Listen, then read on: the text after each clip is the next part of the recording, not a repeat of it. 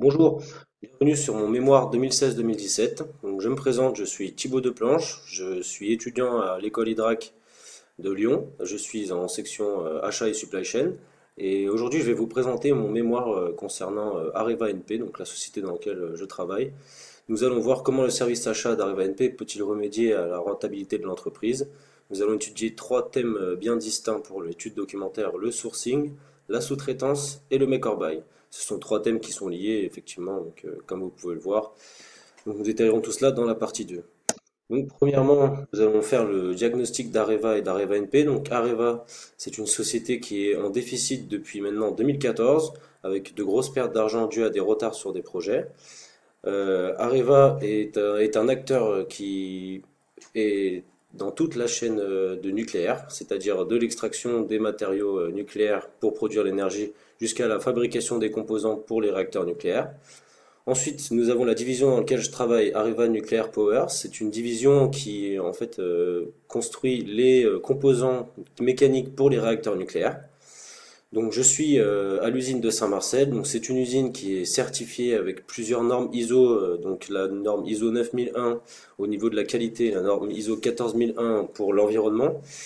L'usine respecte aussi le code ASME, donc ASME, qui est un code américain que tout le monde doit respecter lorsqu'on fabrique des composants nucléaires. Et le plan aujourd'hui est de réduire les dépenses, effectivement, puisque nous perdons de l'argent depuis maintenant 3 ans. Le but étant d'arriver à une économie d'1 milliard d'euros en 2020. Donc voilà, ce sont les principaux objectifs et les principales choses à expliquer sur ma société. Ensuite, donc j'ai fait le diagnostic interne du service achat. Donc je vais tout d'abord vous parler de l'organisation et des outils auxquels nous avons accès. Donc tout d'abord, nous sommes organisés par projet, donc c'est-à-dire que les acheteurs sont reliés aux référents projet et nous avons des approvisionnements qui sont donc donnés par les personnes du projet.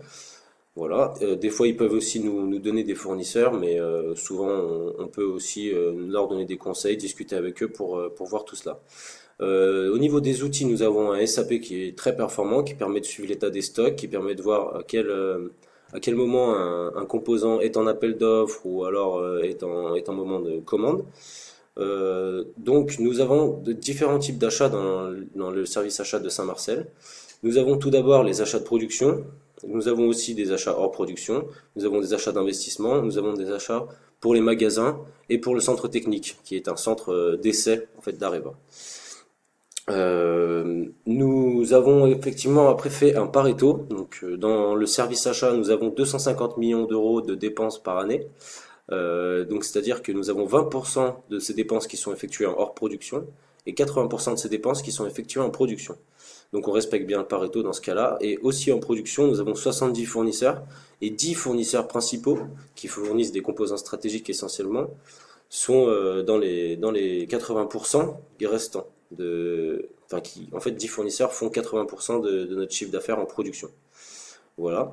Ensuite, j'ai fait une matrice de Kraljic. Donc, sur la matrice de Kraljic, on peut voir que les gros forgés et les tubes sont deux axes stratégiques de notre production.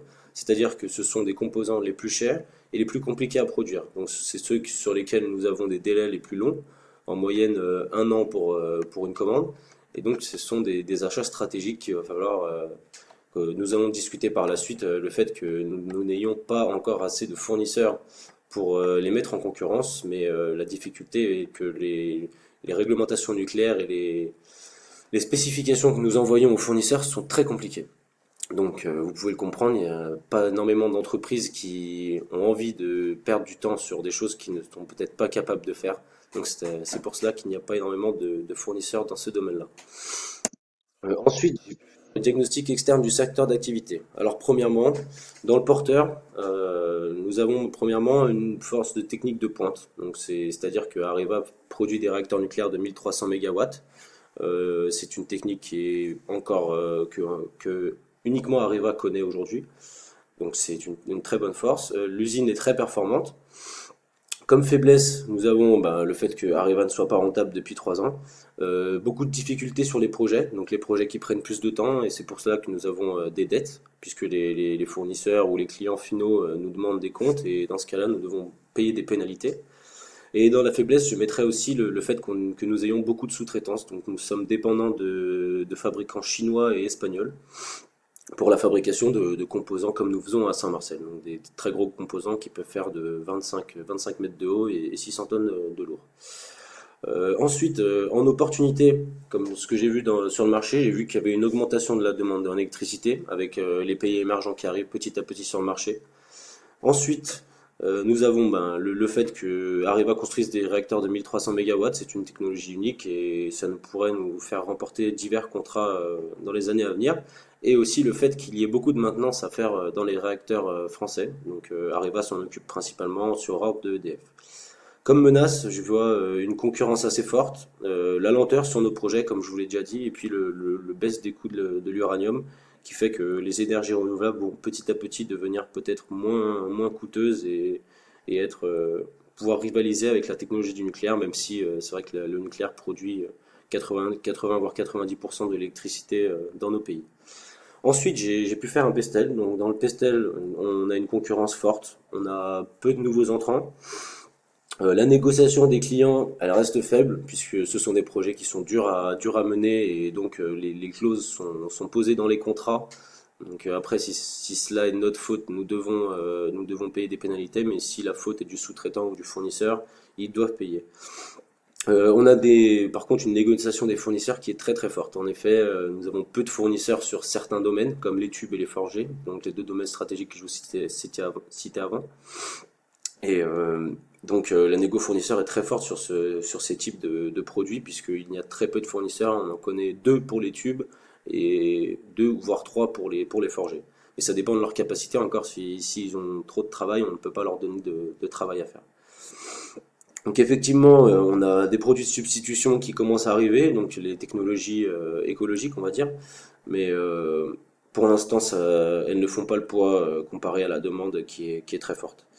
Une chose qui est à noter aussi, c'est le fait de trouver de nouveaux fournisseurs qui est difficile, puisque comme je vous le disais, les technologies nucléaires sont compliquées et nous ne pouvons pas demander à n'importe qui de produire pour nous.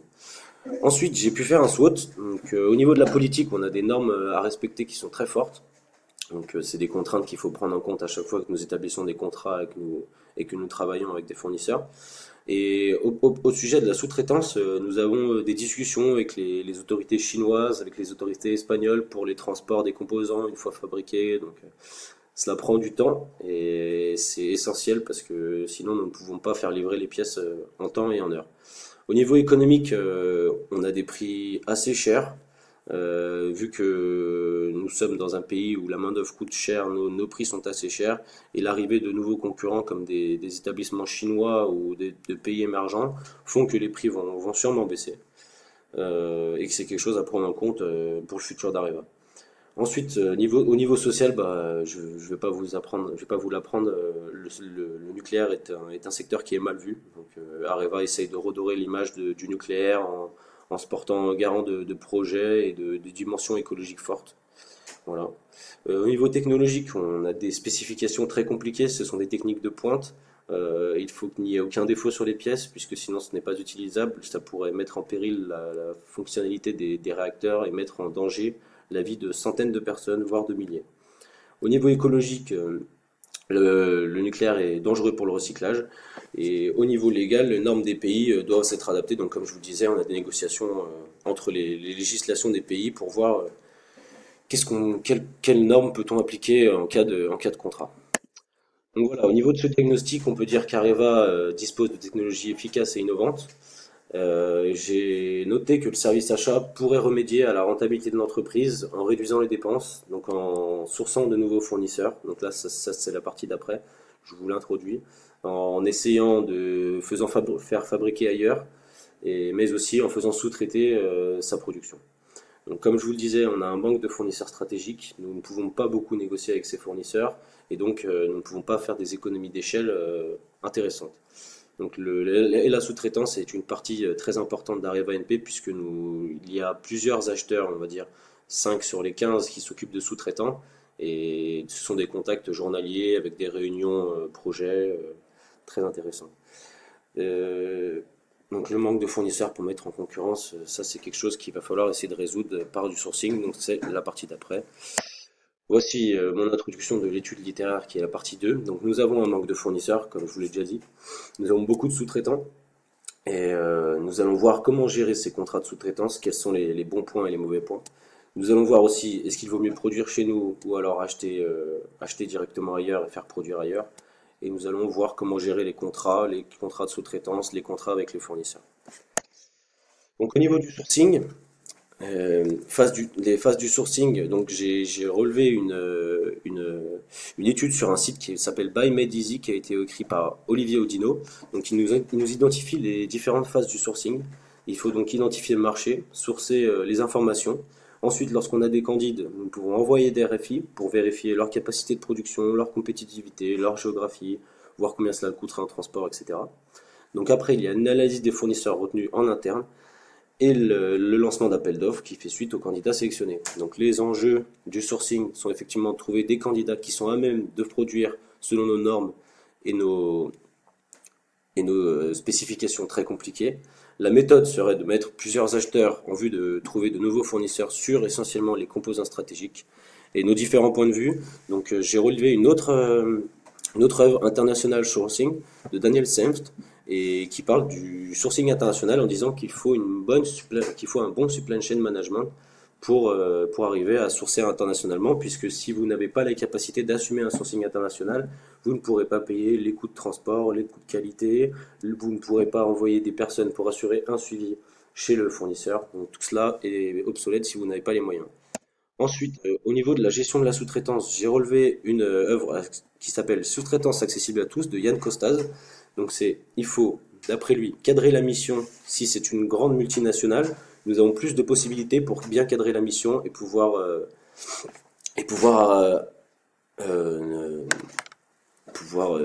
mettre des clauses qui nous sont bénéfiques. Il faudra mettre des clauses pour les pénalités et les retards. Et après, il nous a expliqué une opération parfaite de sous-traitance. Donc, on commence par émettre son besoin. Après, on valide les besoins avec la société candidate. Les aspects contrats, les termes de paiement, les acomptes sont gérés juste après. Après, dès que le projet est lancé, on mesure l'avancement du projet avec des personnes qui vont aller voir comment ça se passe chez eux.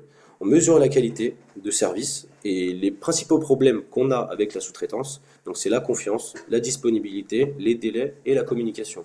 La communication est une chose très importante. Si vous voyez qu'avec un sous-traitant, vous n'avez peu de communication, vous pouvez vous dire que ce n'est pas un bon sous-traitant. Voilà, donc la sous-traitance est un domaine compliqué qui mêle des différents langages, des coutumes différentes, et il faut bien prendre tout ça en compte. Au niveau du make or buy, on s'est posé la question de si on devait produire chez nous ou si on devait faire de la sous-traitance chez d'autres. Donc chez Areva, nous en fait. Au niveau de l'œuvre que j'ai pu relever, donc Intelligence économique au service de l'innovation de François Barbara. Et donc il nous parle de créer un écosystème compétent où toutes les parties seraient gagnantes, qu'il ne faut pas maintenir chez soi des activités qui sont à risque pour la société, c'est-à-dire les activités à risque, il faut les mettre chez des sous-traitants.